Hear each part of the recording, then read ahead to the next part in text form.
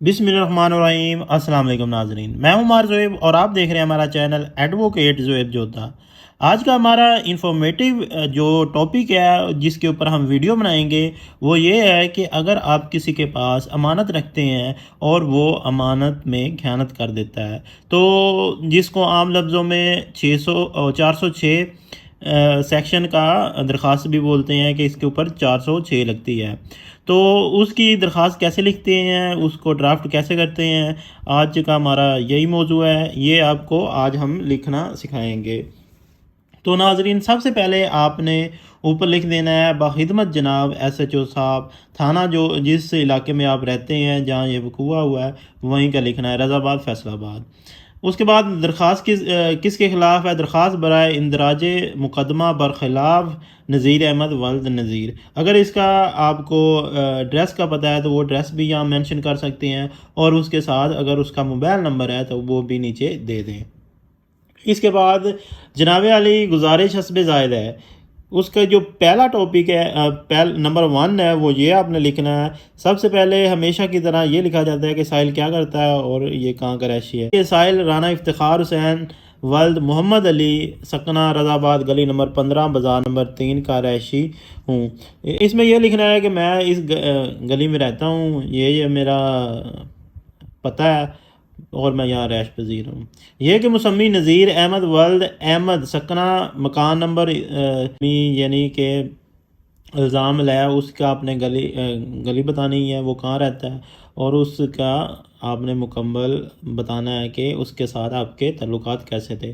तो इसमें मुसम्मी नज़ीर अहमद वल्द अहमद सकना मकान नंबर 7 गली नंबर 15 रज़ाबाद सकना का साहिल का हमसाया और करीबी दोस्त था। हमारे दरमियान अच्छे घरेलू ताल्लुकात थे। तो ये आपने लिख देना है कि उसके साथ वो मेरा करीबी दोस्त था और घरेलू ताल्लुकात थे। नंबर 3 में आपने ये लिखना है कि मैं क्या वजह थी कि मैंने इसके पास अपनी अमानत रखवाई और किस वजह से ये तमाम वजूहात, और आपने साथ गवान भी लिखवाने हैं। उसके बाद फॉर एग्ज़ाम्पल आपने पैसे दिए हैं तो पैसे 5,000 में थे या हज़ार में थे या 500 में थे, किस तरीके से के साथ थे। एक जजमेंट है उसमें जज साहब ने ये तक लिख दिया था कि आपको इतना तक नहीं पता कि आपने पैसे कैसे दिए थे, मसलन के हज़ार दिए थे या 5,000 दिए थे। तो इसलिए वो आपने मुकम्मल डिटेल से लिखना है। नंबर 3 है ये कि माह अगस्त 2000 में साहिल ने एक हफ्ते के लिए बैरून मुल्क UK एक कारोबारी मीटिंग अटेंड करने के गर्ज से जाना था। इस वक्त साहिल के घर में 12 तोले तलाई जेवरात मौजूद थे। साहिल को चूँकि अपने दोस्त नज़ीर अहमद पर एतमाद भी था तो साहिल ने बैरून मुल्क जाने से पहले यानी मोरखा 25 अगस्त आपने जो डेट होगी वो मेंशन कर देनी है 2020 को मज़कूरा बाला तलाई जेवर 12 तोले बशमूर 2 अदद कांटे 12 चूड़ियाँ 1 आर सेट बजरिया बतौर अमानत सेफ कस्टडी के गर्ज से इल्ज़ाम नज़ीर अहमद को रूबरू गवान 2 गवाह आपने लिखने हैं, एक जाकिर हुसैन है, दूसरा इतबार खान। मल्ले ये कौन है, ये मल्लेदार है, रखवा दिए। और ये तय पाया कि साहिल जब वापस पाकिस्तान आए तो मज़कूरा बाला तलाई जेवरात वापस कर दे, मगर इल्ज़ाम है मज़कूरा साहिल टाल मटोल से काम लेने लगा और 1 हफ्ते की मोहलत मांगी। एक हफ्ते बाद यानी मोरखा 11 सितंबर 2000 को फिर साहिल ने इल्ज़ाम से दरख्वास्त की कि मज़कूरा बाला तलाई जेवर वापस करें, मगर इल्ज़ाम मज़कूरा बाला फ़रोख्त कर दिए हैं और अब ना तो तलाई जेवर वापस कर रहा है और ना ही उसकी मौजूदा कीमत।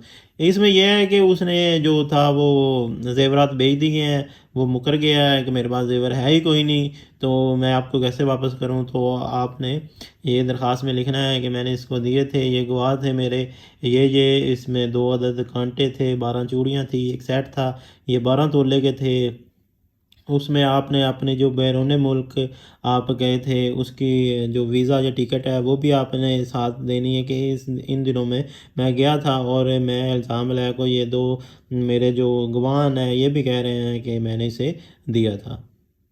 اس کے بعد نمبر 4 پہ ہے یہ کہ الزام علیہ مذکورہ نے سائل کی طرف سے امانتاً دیے ہوئے طلائی زیورات میں خیانت کی ہے، بدین وجہ خیانت مرجمانہ کا مرتکب ہوا ہے، یہ اس نے جو جرم کیا ہے اس کا مرتکب ہوا ہے۔ اس کے بعد اندریہ حالات استدعا ہے کہ مقدمہ برائے خلاف نذیر احمد ولد احمد درج کیا جاوے اور سائل کی طلائی زیور یا اس کی متبادل قیمت دلوائی جاوے، جناب کی عین نوازش ہوگی۔ اس کے بعد آپ نے لکھنا ہے کہ عرض، اس کے بعد نام، اپنا پتہ، آپ کہاں رہتے ہیں، شناختی کارڈ نمبر اور فون نمبر۔ اینڈ پہ آپ نے جو ڈیٹ ہوگی اس دن کی وہ آپ نے لکھ دینی ہے۔ تو اس طرح سے یہ آپ کی جو درخواست ہے وہ مکمل ہو جائے گی، اور پھر آپ یہ ایس ایچ او کو دے دیں، اور اس کا جو وہ آپ کو ایک سلپ دیتا ہے، ریسیپٹ دیتا ہے، وہ آپ ریسیو کر لیں۔ تو اس کی اب چلتے ہیں کہ اس کی سزا کتنی ہے۔ تو اس کی سزا 7 سال ہے۔